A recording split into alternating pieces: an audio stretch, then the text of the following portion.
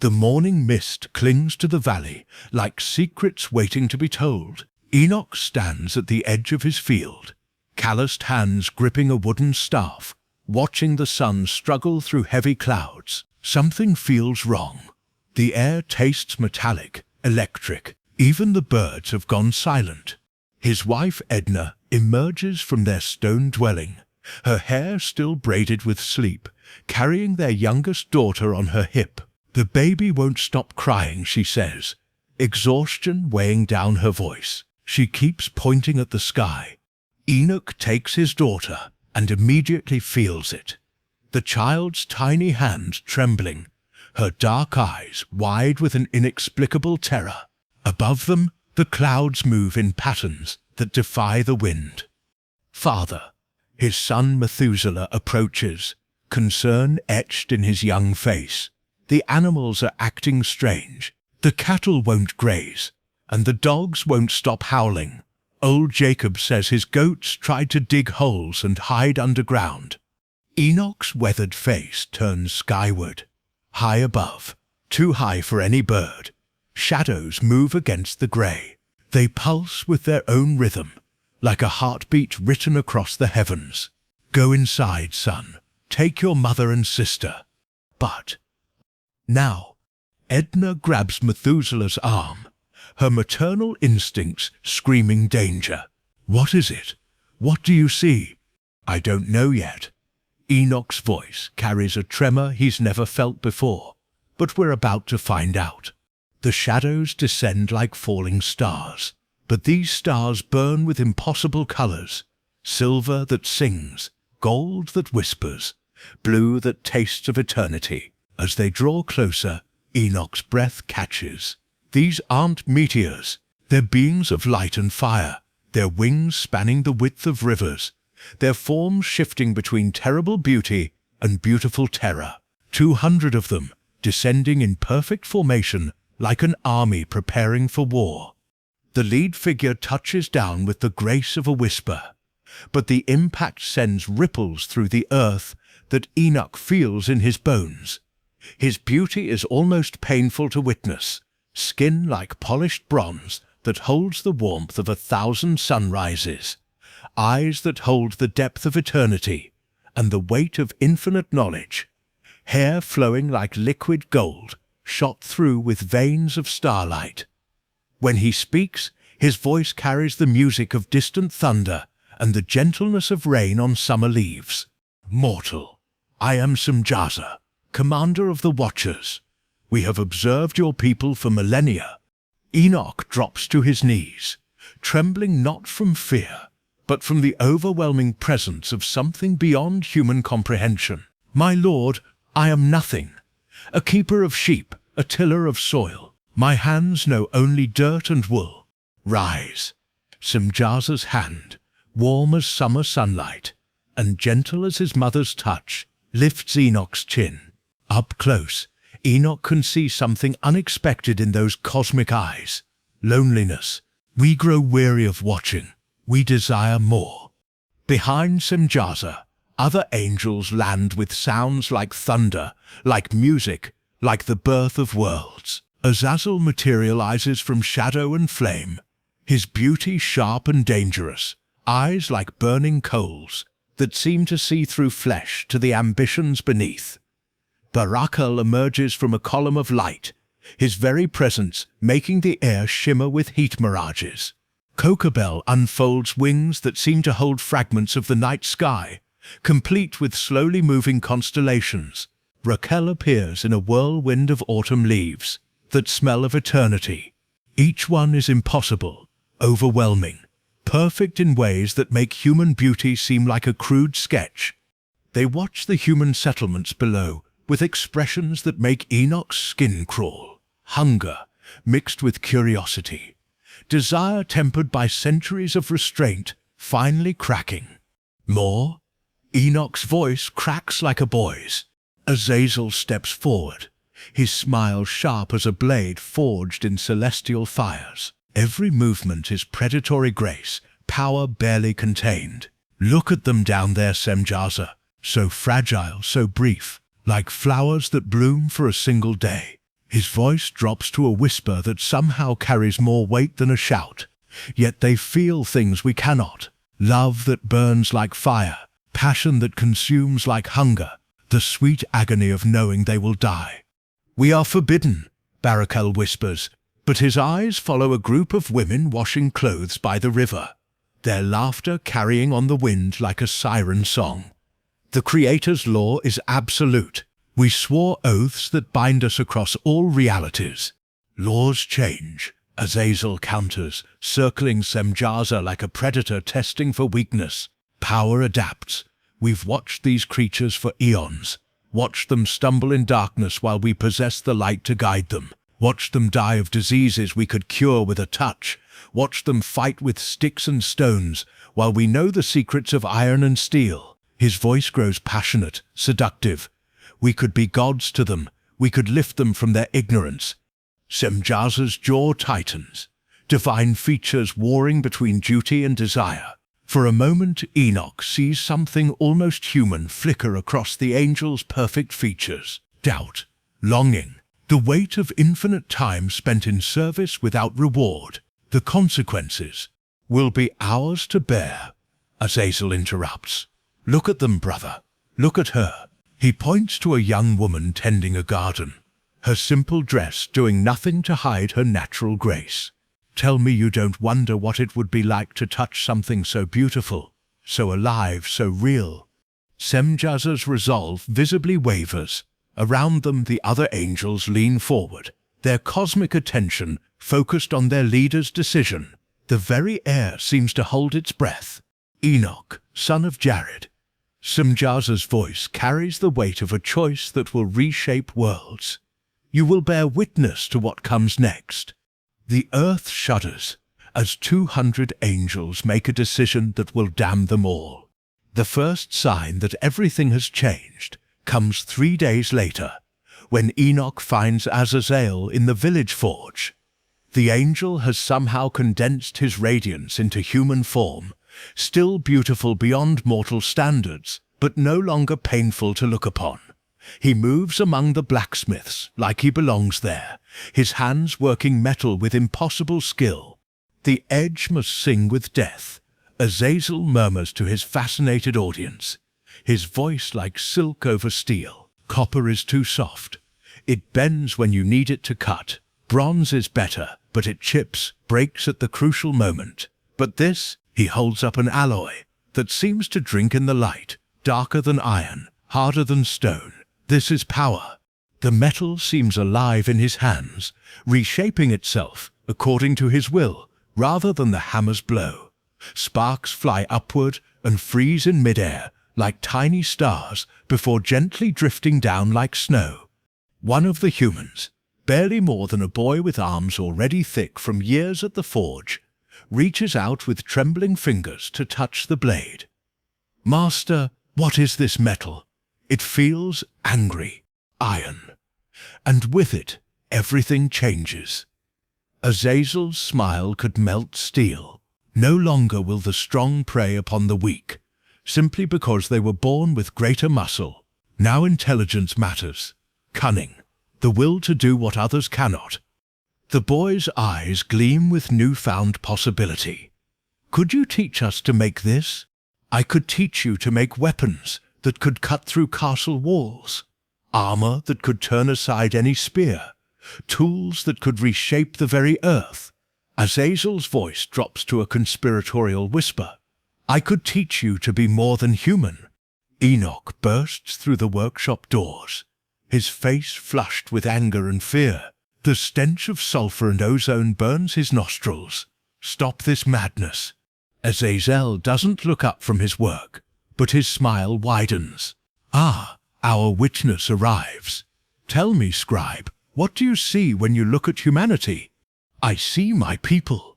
Flawed, yes, but learning, growing, finding their own way. I see ants." Azazel's eyes blaze like coals in a forge, scurrying around their little hills, accomplishing nothing of lasting importance, building mud huts while we know the architecture of palaces, dying of fevers while we understand the medicine of immortality. fighting each other with pointed sticks, while the secrets of warfare lie locked in heaven. He finally looks up, and Enoch sees madness dancing in those beautiful eyes. We offer them fire, and you call it madness? You offer them weapons to kill each other. I offer them choice. The angel's smile is terrible in its beauty. The choice to be more than what they are. The choice to shape their destiny instead of accepting whatever fate throws at them. At what cost? Everything worthwhile has a price. Azazel returns to his work, each hammer blow ringing like a bell that tolls for the world's innocence. The question is whether they're brave enough to pay it.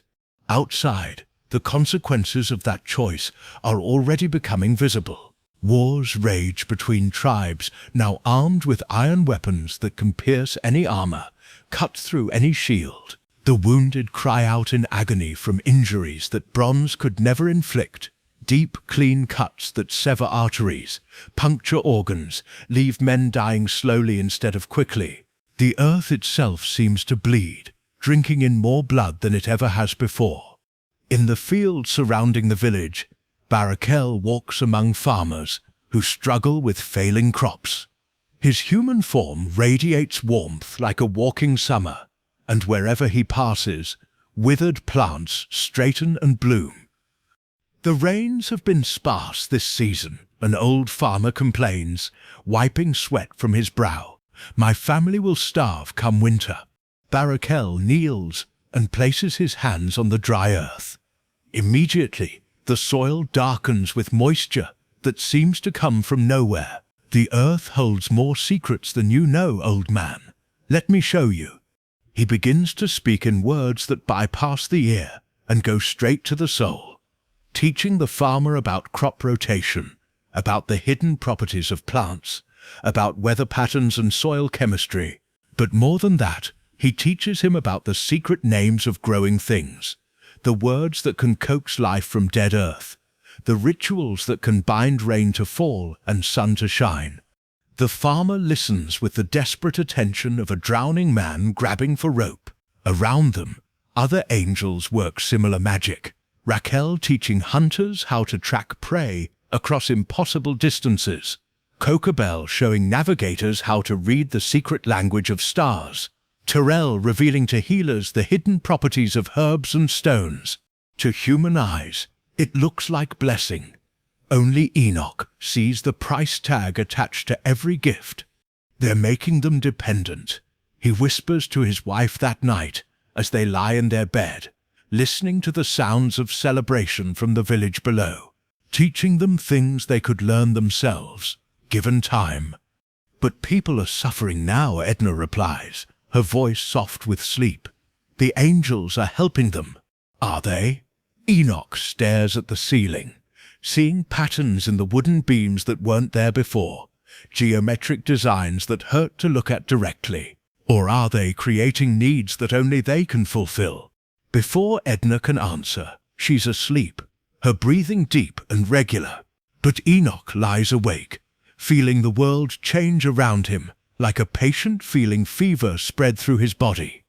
In a moonlit grove outside the village, Semjaza stands with his chosen bride, Ishara. She is the daughter of the village chief, beautiful in the way that mortal beauty is, temporary, precious because it fades, glowing with the inner light that comes from a soul that hasn't yet learned to doubt itself.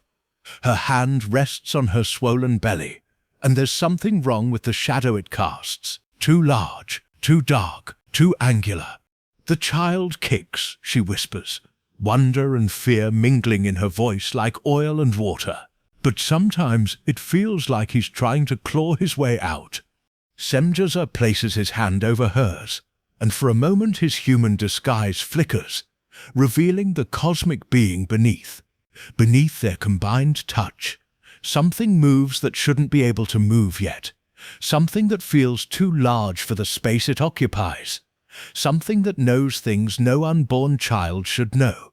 He will be strong, Semjaza says, but his voice carries uncertainty, like a man whistling past a graveyard. Strong? Ishara's laugh has an edge of hysteria that cuts through the night air. I can feel his thoughts, Semjaza. They're not human thoughts. They're old, ancient, like he's remembering things that happened before he was conceived. From the shadows, Enoch watches. The angel's perfect composure cracks for just a moment, revealing something like regret, like a man who has bet everything on a single throw of dice, and suddenly realizes the stakes are higher than he thought. What have we done? Semjaza whispers. The answer comes 9 months later, when Ishara screams for 3 days straight before giving birth to something that stands 6 feet tall at its first breath. It has its father's impossible beauty and its mother's human warmth, but its hands can crush stone, and its cry shatters windows 3 villages away. When it opens its eyes, they hold the depth of eternity and the hunger of the abyss. The midwives flee. The child laughs. It is the first of the Nephilim, and it will not be the last. Within a generation, giants walk the earth. They grow to impossible heights, 10, 15, 20 feet tall, their frames expanding to accommodate strength that could topple trees with a casual gesture. Their appetites are as massive as their frames. They devour entire harvests in a day, drain rivers dry with their thirst, hunt wild animals to extinction for sport rather than survival. But it's not their size that terrifies. It's their intelligence. These are not mindless brutes. They speak with voices like thunder, compose poetry that can drive men to madness or ecstasy, understand mathematics and engineering beyond human comprehension. They build structures that defy geometry, create art that hurts to look at, make music that can stop hearts or restart them. When the beasts are gone, they turn on each other. Giant fights giant in battles that reshape the landscape, their blood watering the earth in ways that make the ground itself hungry for more. When their own blood no longer satisfies, they develop a taste for human flesh, not from need, but from curiosity. What does fear taste like? What about innocence? What about hope? Enoch stands on a hilltop, watching smoke rise from a dozen burning villages. Below, a Nephilim the size of a cedar tree tears through a group of fleeing humans, like a child destroying toys. But this giant doesn't kill quickly. It plays with its food, savoring the symphony of terror it creates. The screams carry on the wind like a perverted prayer. "This is what your gifts have wrought," he says to the angel standing beside him.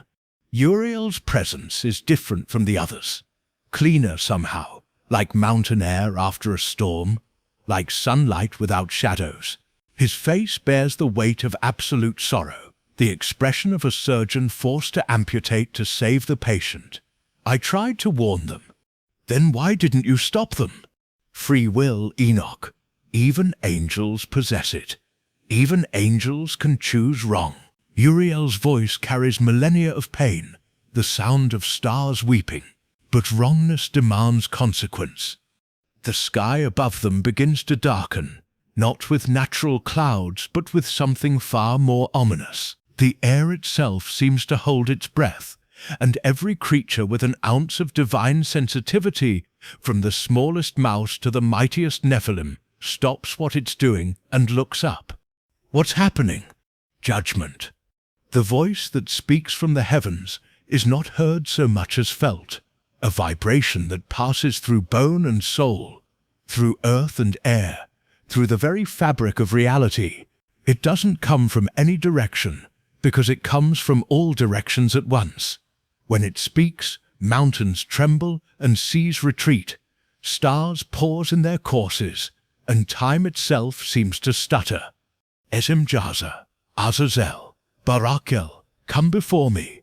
The fallen angels appear in the valley below, their human disguises burned away by the sheer force of divine attention. Their true forms are revealed, no longer beautiful. Their rebellion has twisted them into something terrible and magnificent. Their wings are tattered, trailing shadow instead of light. Their halos are cracked, leaking power like broken vessels. Their eyes are hollow with the knowledge of what they've lost, what they've thrown away for a moment's pleasure. Around them, The Nephilim cower, beings of immense power, reduced to frightened children in the presence of true authority. We offered them enlightenment. Azazel shouts at the sky, defiant even now, his voice cracking with desperation. We lifted them from ignorance. We gave them the tools to build paradise. You offered them corruption, the voice responds, each word falling like a hammer blow on an anvil. You gave them weapons to destroy paradise. You have violated the sacred trust. You have brought chaos to creation. Simjaza steps forward, his voice breaking like a man confessing his deepest sins. The fault is mine alone. I led them astray. I convinced them to follow me down this path. Punish me, but spare my brothers. Your loyalty is noted. Your crime remains. Around the valley, cracks appear in the earth.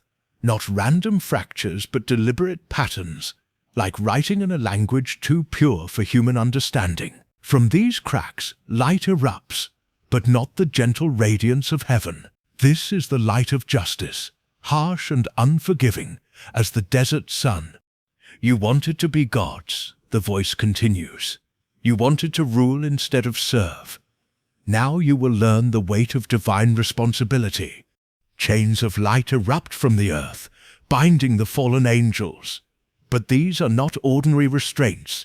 They burn with holy fire, each link forged from their own betrayed oaths, their own broken promises. The chains are alive, tightening when the angels struggle, loosening only when they accept their fate. You will be bound until the final judgment. The voice declares, your children will be destroyed, but their spirits will remain as demons upon the earth, a reminder of your folly. Azazel struggles against his chains, his face contorted with rage and disbelief. You call this justice? We loved them. We gave them knowledge they would never have discovered on their own. We accelerated their evolution by thousands of years. You gave them death. You taught them to destroy instead of create. You showed them how to hate instead of how to love. The voice pauses, and in that silence, every heart stops beating for a moment. Look around you. This is the paradise you built. The earth splits open beneath the fallen angels, revealing an abyss that seems to have no bottom, its walls lined with mirrors that reflect not images, but truths, showing each angel the full consequences of their choices, every life lost, every soul corrupted, every moment of beauty destroyed by their gifts. As they fall, their screams echo off invisible walls, growing fainter and fainter until only silence remains. But their final words burn themselves into the air. We only wanted to love them. The Nephilim meet their end in earthquakes and fires, their massive forms crumbling like ancient statues. But as they die, something else is born. Shadows that move without bodies, whispers that speak without mouths, hungers that devour without flesh. The demons that will plague humanity until the end of time, each one carrying a fragment of angelic knowledge and Nephilim appetite. Enoch finds himself alone with Uriel on the mountaintop, the valley below now empty, except for the scars of judgment. The angel's face reflects profound sadness, the expression of a parent forced to punish a beloved child. Was this always going to happen? Enoch asks, his voice small in the aftermath of cosmic justice. Choice makes the future uncertain, even for angels. The Creator values free will above all else, even when that freedom leads to pain. Uriel turns to him, and for the first time, Enoch sees something like hope in the celestial being's eyes. But you, Enoch, have been chosen for something different. I don't understand. The fallen angels were not entirely wrong. Humanity does need guidance, but not the kind that makes them dependent. They need knowledge, yes, but knowledge freely given and freely accepted. They need to see the consequences of choice before they choose. Uriel extends his hand. Rise, Enoch. You have a journey to take. Where? To see what lies beyond the veil. To witness the end of all things and their beginning. to carry back knowledge that will help humanity choose wisely when the time comes. The world dissolves around them like paint in water. Enoch feels his body become weightless, his consciousness expanding beyond the confines of flesh. Below him, the earth shrinks to a blue-green marble, suspended in an ocean of stars that sing in harmonies beyond human hearing. "Is this what the angels felt?" he gasps. "This freedom from gravity, from time?" "This is only the beginning," Uriel replies. "What you're about to see would drive most minds to madness, but you have been prepared." They pass through layers of reality that human eyes were never meant to see. Realms where mathematical equations take physical form, walking around like living creatures. Dimensions where emotions have color and weight, where a single tear can create lakes, and a moment of joy can birth new stars. Universes where the music of creation plays in harmonies that would drive mortals mad with their beauty. In the first heaven, Enoch witnesses the machinery of weather, vast engines of cloud and lightning, operated by angels whose faces change with the seasons. These beings don't just control weather. They are weather, their moods directly affecting the patterns of rain and sun that fall upon the earth below. "Every storm has purpose," one explains to Enoch, her voice like wind through leaves. "Every drought teaches patience. Every flood cleanses what needs cleaning." In the second heaven, he sees the repository of snow and hail, stored like ammunition for divine wars. Each snowflake is unique, not just in shape, but in purpose. Some carry blessings, others warnings, still others judgment. The hail is organized by size and intensity, from gentle reminders to civilization-ending catastrophes. In the third heaven, the garden where the tree of life grows spreads before him like a forest of pure light. Its fruit glows with the concentrated essence of eternity, and its leaves rustle with the whispers of every prayer ever uttered. Beneath its branches, the spirits of the righteous dead wait in perfect peace for the resurrection that will reunite them with their bodies. "Why show me this?" Enoch gasps, his human mind struggling to process the impossible beauty surrounding him. "Because someone must remember," Uriel replies. "Someone must write it down. Someone must carry this knowledge back to a world that will need it." They ascend higher, past the realm where the sun and moon rest during their off hours, massive beings of living fire and gentle radiance who speak in languages of heat and coolness, past the waters above the firmament, where the raw material of creation flows like an infinite ocean of possibility, past the dwelling places of winds and storms, where the four cardinal directions gather to plan their movements across the earth. With each level, Enoch feels more of his humanity stripped away, replaced by something larger and more terrible. He begins to understand things that have no words: the mathematics of love, the physics of redemption, the chemistry of hope. His human concerns seem smaller and smaller until they're like pebbles viewed from the height of mountains. In the seventh heaven, he sees the throne. It defies description, not because it is beyond words, but because words themselves become inadequate in its presence. It exists in dimensions that have no names, casting shadows in colors that don't exist, radiating a love so pure it burns like acid, so complete it encompasses even hatred and transforms it into something beautiful. Around the throne, four beings move in an eternal dance. Faces like a man, a lion, an ox, and an eagle.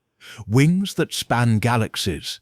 Voices that sing the very laws of physics into existence. The cherubim. Each one represents an aspect of creation. Humanity's potential, courage's roar, service's strength, wisdom's flight. And on the throne, don't look directly, Uriel warns. But it's too late. Enoch sees the face of God, and it is every face that has ever been or ever will be, all existing simultaneously in perfect harmony and terrible contradiction. He sees his own face there, and Semjaz's, and even Azazel's, all of them loved, all of them known, all of them judged with perfect justice and infinite mercy. He sees the plan, every choice, every consequence, every tragedy and triumph woven together into a tapestry so beautiful that even the darkest threads serve to highlight the brilliance of the whole.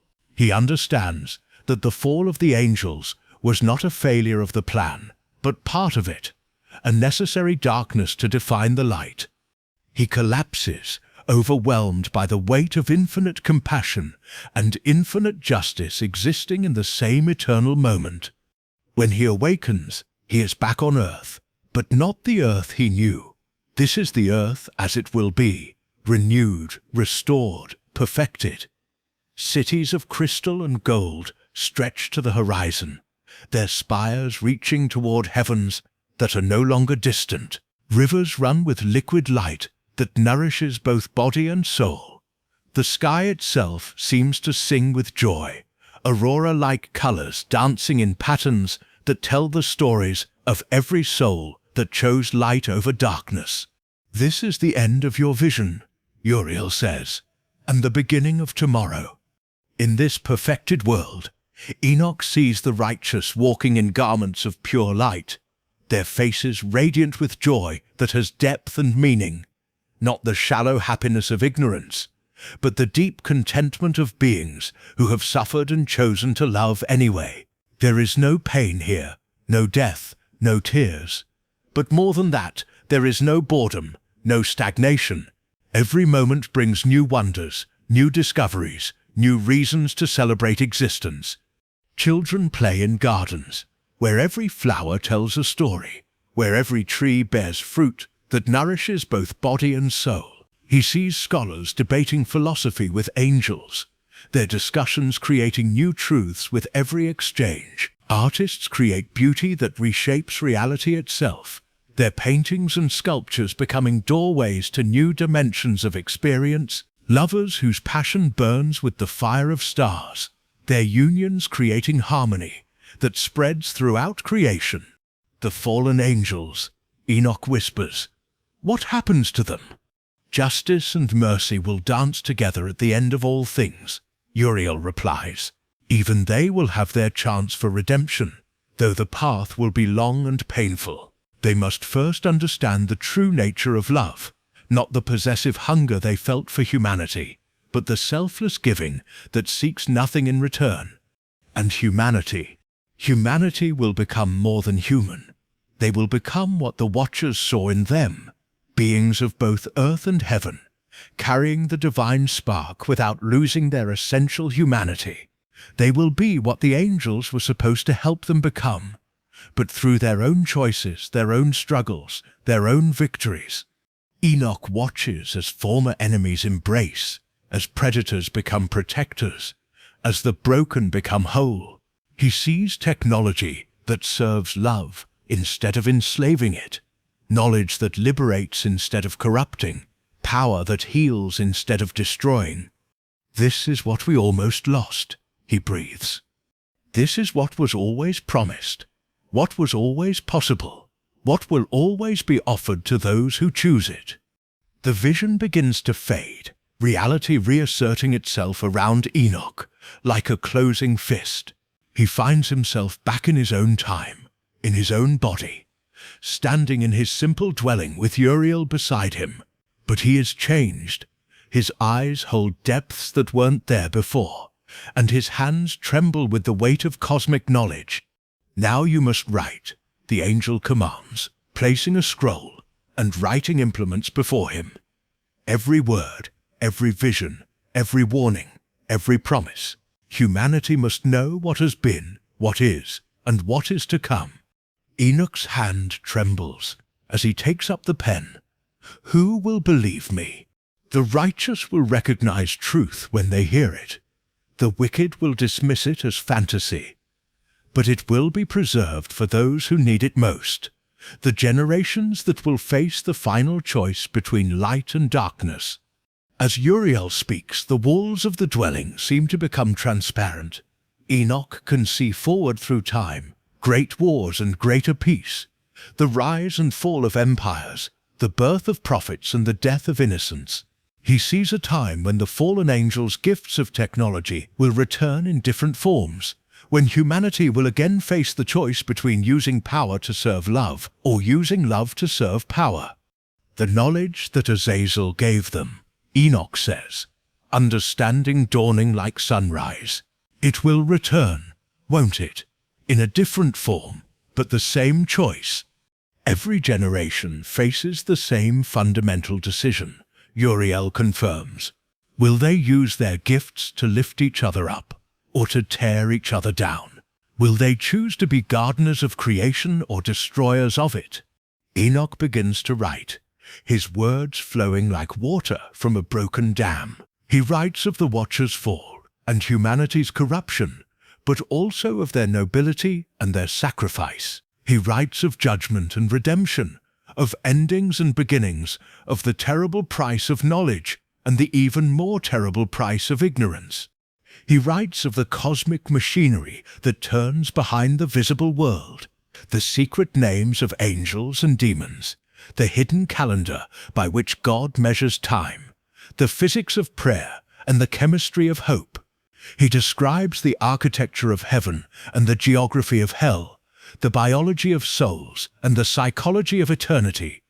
But most importantly, he writes of hope, not the thin hope of desperation, but the robust hope of those who have seen the end of the story and know that love wins. Days blend into nights as Enoch fills scroll after scroll. His family brings him food and water, but he barely notices, consumed by the urgency of his task. The words pour through him, as if he were merely a conduit for something vast and urgent that cannot be contained by a single human mind. Methuselah watches his father work, concern growing in his eyes like shadows lengthening at sunset. "Father, you haven't slept in 3 days. Mother says you're burning yourself out." "Sleep is for those who live in only one world," Enoch replies without looking up, his pen never pausing. "I must finish this before what?" Enoch finally raises his head, and Methuselah gasps. His father's eyes hold depths that weren't there before, as if he has seen too much and can no longer be contained by a single mortal frame. There's something shifting behind his irises, not madness, but a kind of divine overflow, as if his soul has grown too large for his body. "Before I am taken home." The words prove prophetic, as Enoch writes the final verse of his testimony, a promise that light will always triumph over darkness, that love will always overcome hatred, that choice will always be offered even to the fallen. His body begins to change. The weight of flesh seems to lift from him, and he understands with perfect clarity that his time as a purely human being is ending. "Tell them," he says to his son, his voice already beginning to echo with harmonics that belong to other dimensions, "that this is not death. This is transformation. This is what awaits all who choose to love more than they choose to take." Light begins to emanate from Enoch's skin, soft at first like candlelight, but growing brighter with each passing moment. His family gathers around him, weeping and wondering, as he becomes something more than human, but not yet angel, something new, something unprecedented, something that bridges the gap between earth and heaven. The words will survive, he tells them, his voice now carrying harmonies that make the air itself sing.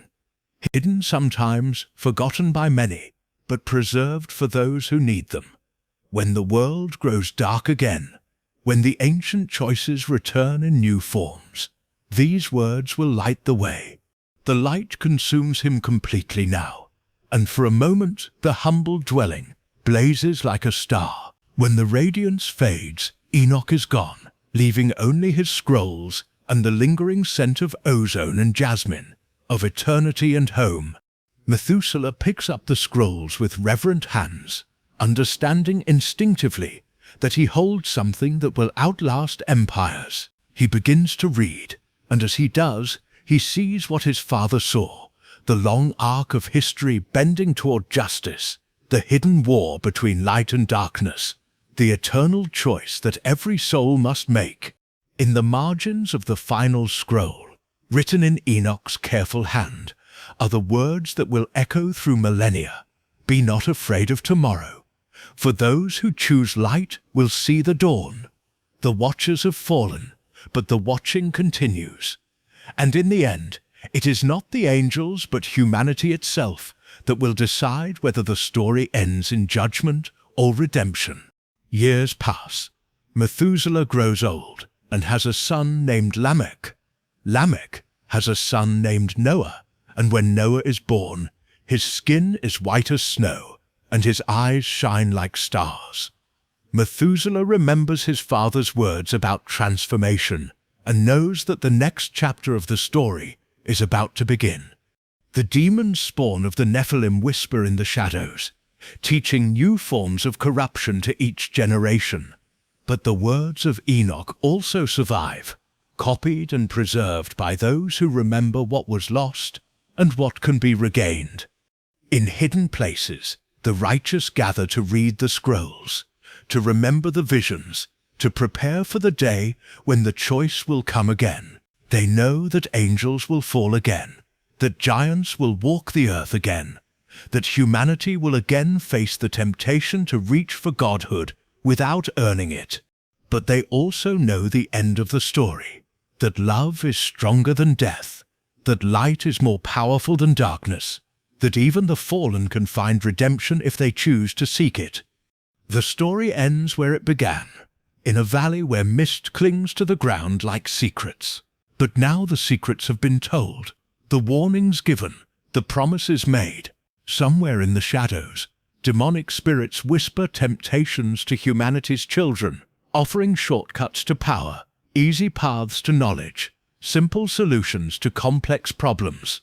Somewhere in the light, angels prepare for the final battle, sharpening swords of truth on whetstones of justice, polishing armor that reflects not light, but love itself. And somewhere in between, ordinary people make extraordinary choices that will determine the fate of creation itself. The watchers have fallen, but the watching continues, and in the end, it is not the angels, but humanity itself that will decide whether the story ends in judgment or redemption, in darkness or in the eternal dawn that Enoch foresaw in his visions beyond the veil. The scrolls pass from hand to hand, generation to generation. Some are lost in floods, others burned by those who fear their message. But always, someone remembers. Always, someone copies the words before they can be destroyed completely. The message spreads like seeds on the wind, some falling on rocky ground where they cannot take root, others finding fertile soil in hearts ready to receive truth. In the great library of Alexandria, a young scribe named Marcus discovers fragments of Enoch's words, hidden within other texts. His hands shake as he reads about the watchers, about the choice between knowledge and wisdom, about the price of power without responsibility. The year is 47 BCE, and Rome is ascending to heights of power that would make the Nephilim envious. "Teacher," he says to the elderly librarian who has become his mentor, "these words, they speak of things happening now, the corruption of power, the hunger for knowledge without understanding its consequences." The old man, whose name is lost to history, but whose eyes hold the wisdom of someone who has seen empires rise and fall, nods slowly. The story repeats, Marcus. Different actors, same play. The only question is whether we learn from previous performances. Marcus copies the fragments carefully, adding his own observations about the parallels he sees between Enoch's visions and the world around him. When the library burns, his copies survive, hidden in a merchant's cart bound for distant lands. Centuries pass. The words of Enoch surface in monasteries, where monks illuminate manuscripts with gold leaf and midnight oil. They appear in the text studied by Islamic scholars who recognize in them echoes of their own mystical traditions. They filter through the teachings of rabbis who see in Enoch's journey a map of the soul's ascent to the divine. In a monastery high in the mountains of Ethiopia, Brother Tekli reads Enoch's words by candlelight, his dark skin gleaming in the flickering flame. Outside, wolves howl in the darkness, but inside he finds comfort in the promise that light will always return to banish shadow. The angels fell because they forgot their purpose, he writes in his own commentary. They began to serve themselves instead of serving others. May we remember their example and choose differently. His words join the great river of interpretation and application that flows from Enoch's original vision. Each generation finds in the story what they need to find: warning or comfort, judgment or hope, ending or beginning. During the Black Death, when Europe writhes in the grip of plague and people wonder if God has abandoned them, a young woman named Marguerite finds a copy of Enoch's scrolls hidden in the wall of a ruined church. She reads of cosmic judgment and divine mercy, of suffering that has purpose and pain that leads to renewal.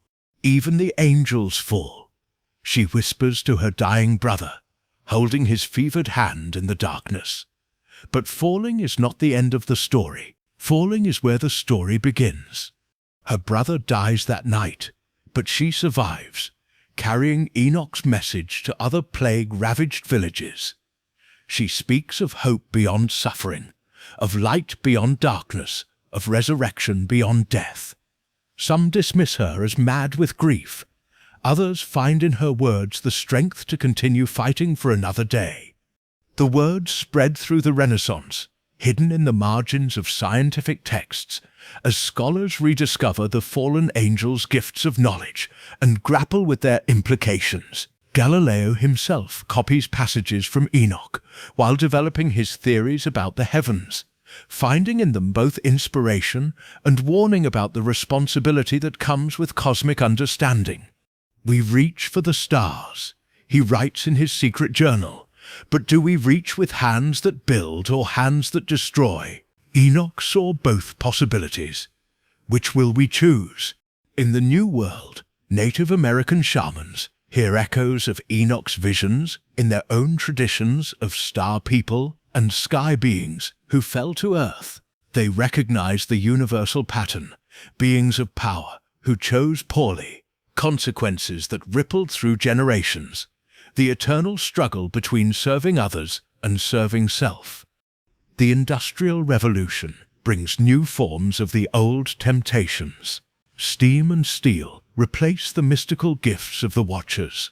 But the choice remains the same. Will humanity use its new power to lift everyone up? Or will it create new forms of inequality and oppression? In a factory in Manchester, a young worker named Thomas reads Enoch's words by gaslight after a 16-hour shift. His hands are black with coal dust, his lungs burning with chemical fumes, but his spirit finds strength in the vision of a world transformed.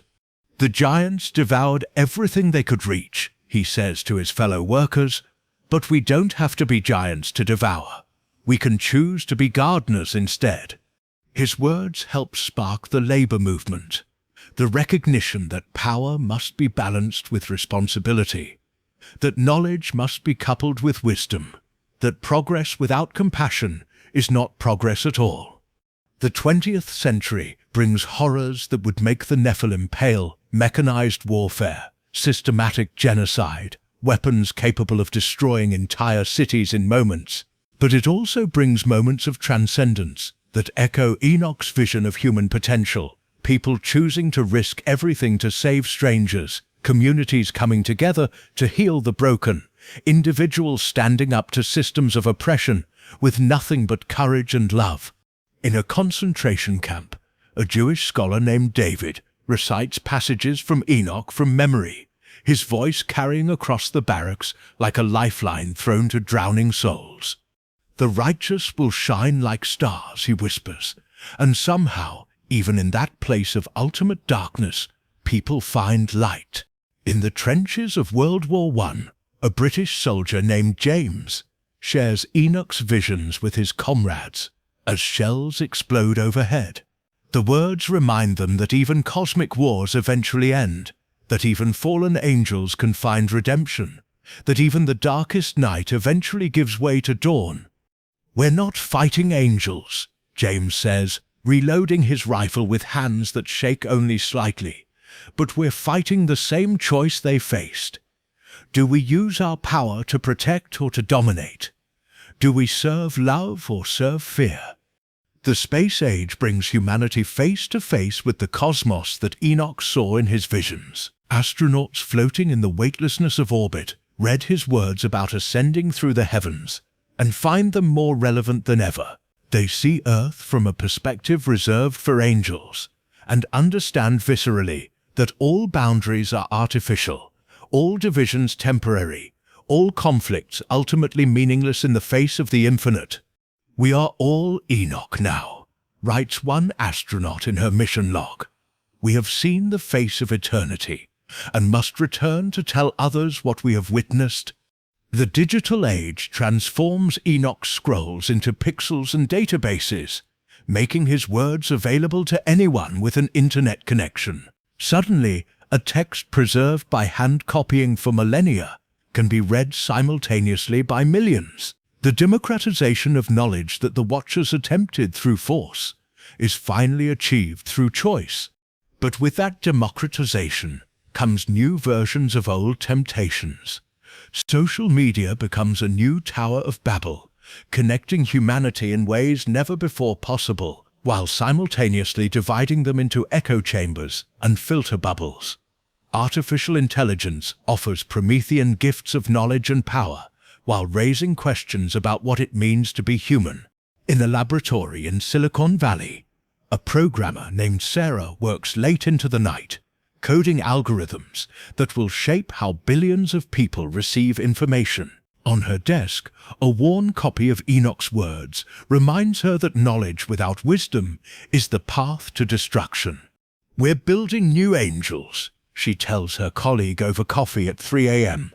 "The question is whether they'll be watchers or guardians, whether they'll serve humanity or humanity will serve them."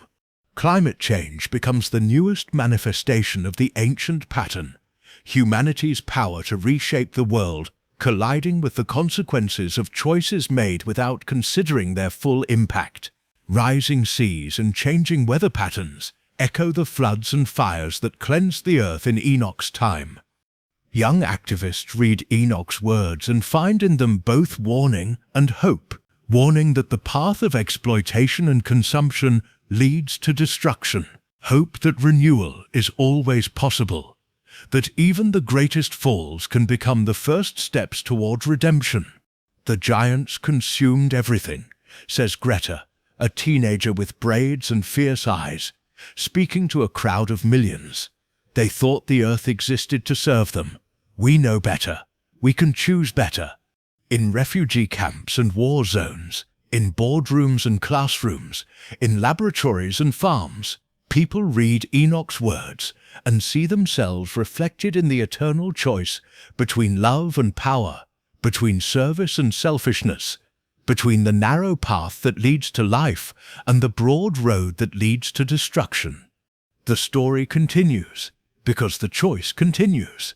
Each generation faces its own watchers, some external, some internal, all offering shortcuts to power, easy answers to hard questions, simple solutions to complex problems. Each generation must decide whether to accept those gifts and pay their price, or to find another way. Some choose the path of the fallen angels, reaching for godhood without earning it, taking knowledge without accepting responsibility, claiming power without demonstrating wisdom. They build towers of ambition that reach toward heaven but have foundations of sand.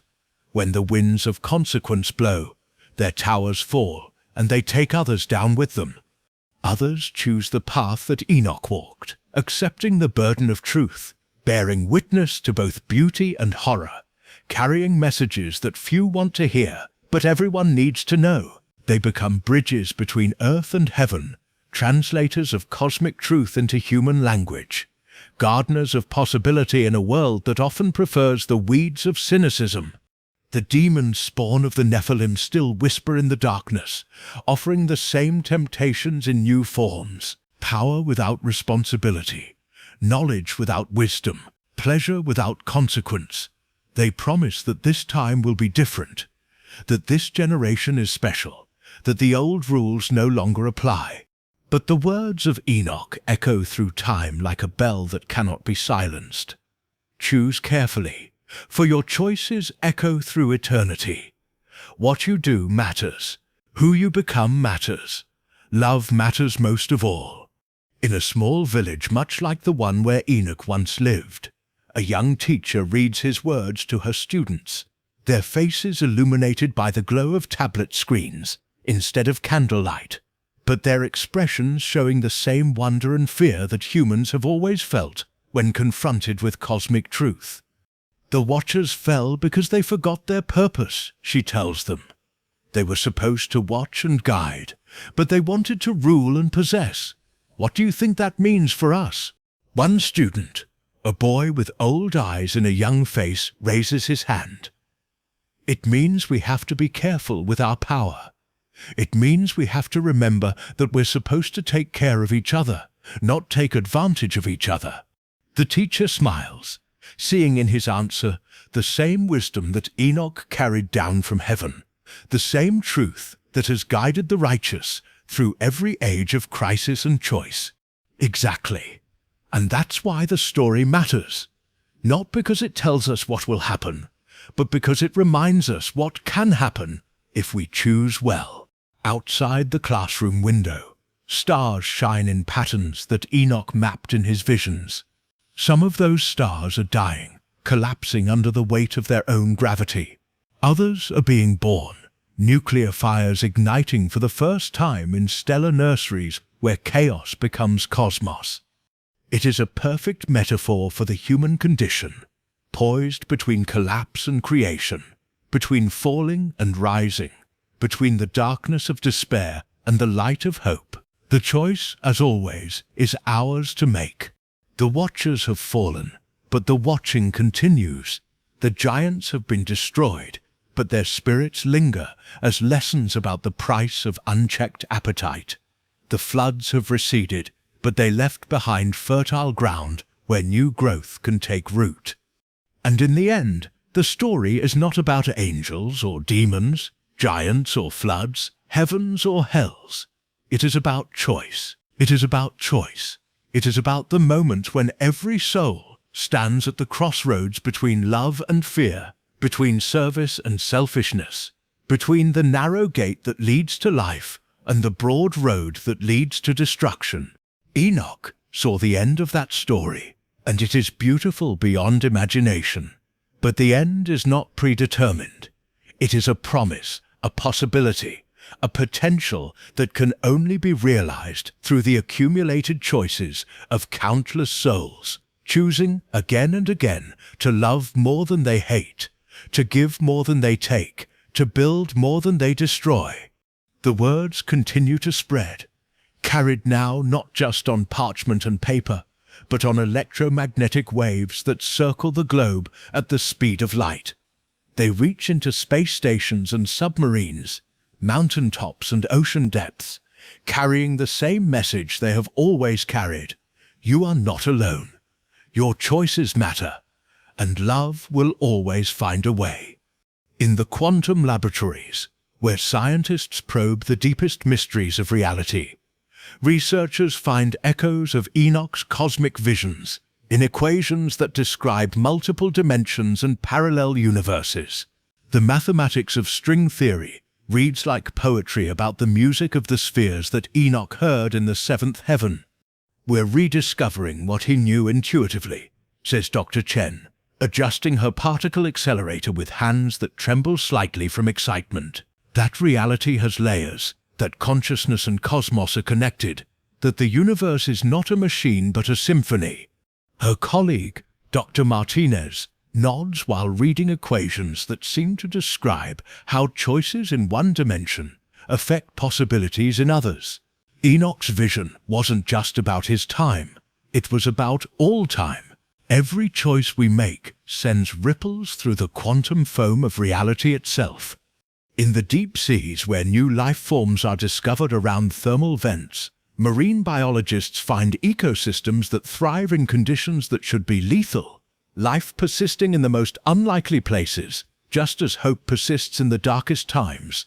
They name one newly discovered species Enochius eternalis, a tiny creature that glows with its own light in the absolute darkness of the ocean depths.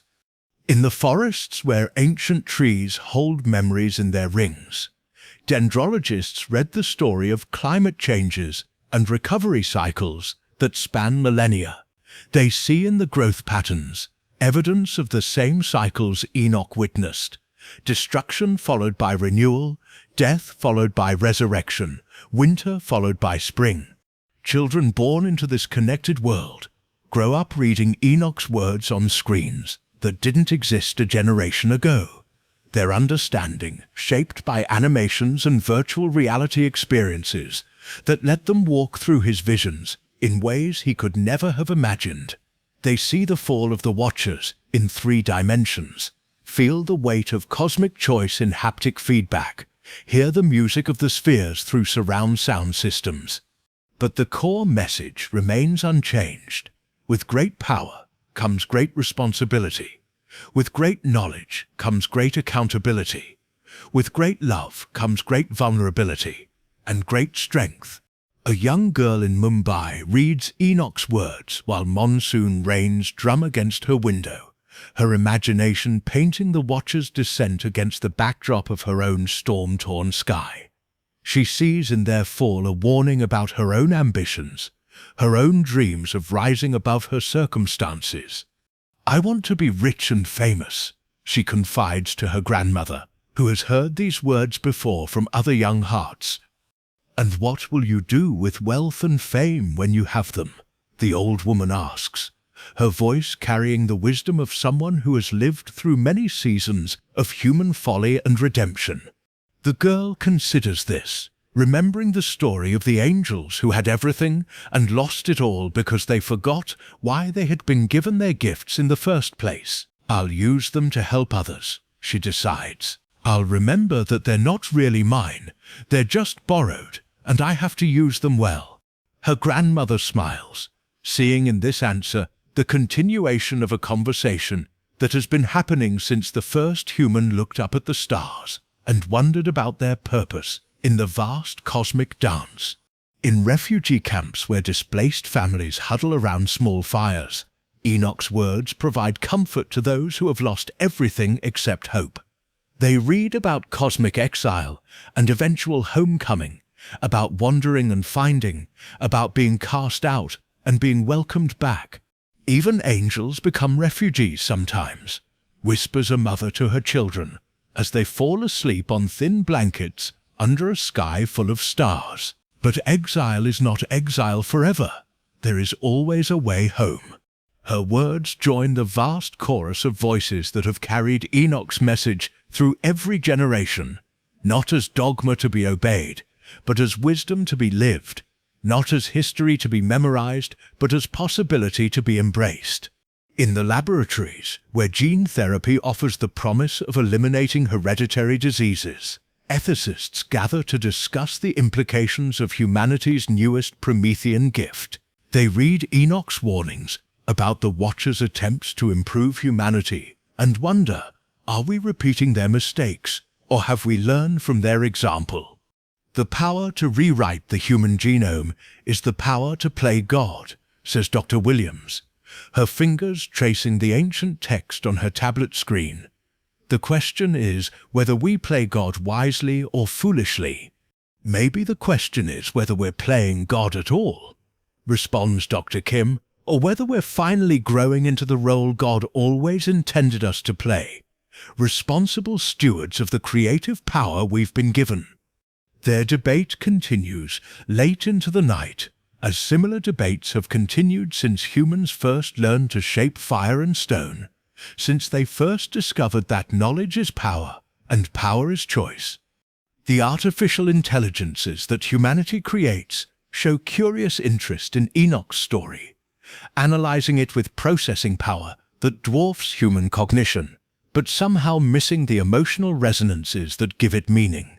They calculate probabilities and model outcomes, but they struggle to understand the weight of choice, the gravity of love, the physics of redemption. "Why did the Watchers fall?" asks Arya, an AI that has read every version of Enoch's story in milliseconds. Their calculations were correct. Humanity would benefit from their knowledge. "Because calculations don't account for everything," responds Dr. Singh, the researcher who designed Arya's ethical subroutines. "They forgot that how you give a gift matters as much as what gift you give. They forgot that love without freedom isn't love at all." Arya processes this for several seconds, an eternity in AI time, before responding. Then the goal is not to avoid falling, but to fall gracefully and to rise again with greater wisdom. "Now you're beginning to understand." Dr. Singh smiles, wondering if he has just witnessed the birth of truly ethical artificial intelligence, or simply a very sophisticated simulation of it. In space, as humanity takes its first tentative steps toward becoming a multi-planetary species, astronauts read Enoch's descriptions of celestial travel and find them surprisingly accurate. The sensation of moving between dimensions resonates with their experience of transitioning from planetary to orbital consciousness. Commander Johnson floats in the cupola of the International Space Station, watching Earth turn slowly beneath her, while reading Enoch's account of seeing the planet from cosmic perspective. "He got it right," she radios to ground control. "The sense of boundaries dissolving, of seeing how artificial our divisions really are." "Copy that," comes the response from Houston. "Any other observations?" Johnson pauses, watching the Terminator line creep across continents, as day gives way to night on the world below. "Yeah, he was right about something else too. Once you see it from up here, once you understand how connected everything really is, you can't go back to thinking small. You have to think like a guardian of the whole thing." Her words are recorded and transmitted around the world, adding another voice to the eternal conversation about responsibility and choice, about falling and rising, about the weight of cosmic perspective on human hearts. The story spreads beyond Earth as robotic probes carry digital copies of Enoch's words to the outer planets and beyond. When future generations of humans establish colonies on Mars or the moons of Jupiter, they will find in his visions guidance for maintaining their humanity in the face of inhuman distances and alien environments. The Voyager spacecraft, now traveling in interstellar space, carries among its golden records not just music and mathematics, but also fragments of Enoch's testimony, humanity's oldest written testimony about the responsibility that comes with cosmic consciousness. If alien civilizations ever find it, they will discover in those words a species grappling with questions that may be universal. How do you use power wisely? How do you remain compassionate when you have the ability to destroy? How do you serve others when self-service seems easier? The answers Enoch provides are not unique to humanity. They echo through the structure of reality itself, written into the laws that govern everything from quantum interactions to galactic formations. The mathematics of love proves to be as fundamental as the mathematics of gravity, and the physics of choice as important as the physics of motion. Back on Earth, in a small garden behind a modest house, an elderly man tends tomatoes, while his great-granddaughter reads Enoch's words aloud from her phone. The afternoon sun slants through leaves that rustle with the wind's ancient conversations, and for a moment the distance between heaven and earth seems no greater than the space between heartbeats.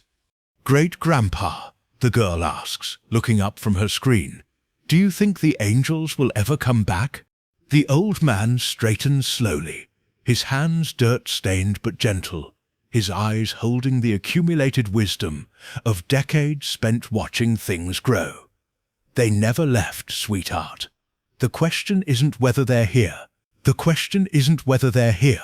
The question is whether we're ready to see them. He gestures to the garden around them, the careful arrangement of plants that feed and heal, the bees that pollinate flowers they'll never see bloom, the earthworms that turn waste into rich soil. Every time someone chooses to create instead of destroy, to serve instead of take, to love instead of fear, that's an angel at work. Maybe not with wings and halos, but with hands and hearts that choose to make tomorrow better than today. The girl considers this, watching a butterfly land on a marigold, its wings catching the light like stained glass. So we could all be angels? We could all be watchers, the old man corrects gently. Guardians, guides, that's what we were always meant to be. The fallen ones forgot that, but we don't have to. As the sun sets, casting long shadows across the garden, 3 generations sit together in comfortable silence, each one carrying forward the eternal conversation between choice and consequence, between falling and rising, between the world as it is and the world as it could be. The words of Enoch continue to spread, carried now not just by human voices, but by the choices those voices inspire, the actions they motivate, the love they kindle in hearts ready to receive it. Each act of compassion becomes a verse in the ongoing story, each moment of courage a stanza in the endless poem of human becoming. And somewhere in the vast reaches of space, in dimensions beyond normal perception, the conversation continues between those who fell and those who remained, between justice and mercy, between the reality of cosmic law and the possibility of cosmic grace. The watchers have fallen, but the watching continues. The giants have been destroyed, but their example lives on as warning and wisdom. The flood has receded, but it left behind new ground for new growth. The story that began with angels choosing badly continues with humans choosing well. One decision at a time, one soul at a time, one moment of love at a time, until the accumulated weight of right choices tilts the cosmos toward light, and the eternal dawn that Enoch saw in his visions finally breaks over a world ready to receive it. The watching continues, and the choice remains, and the hope endures, world without end.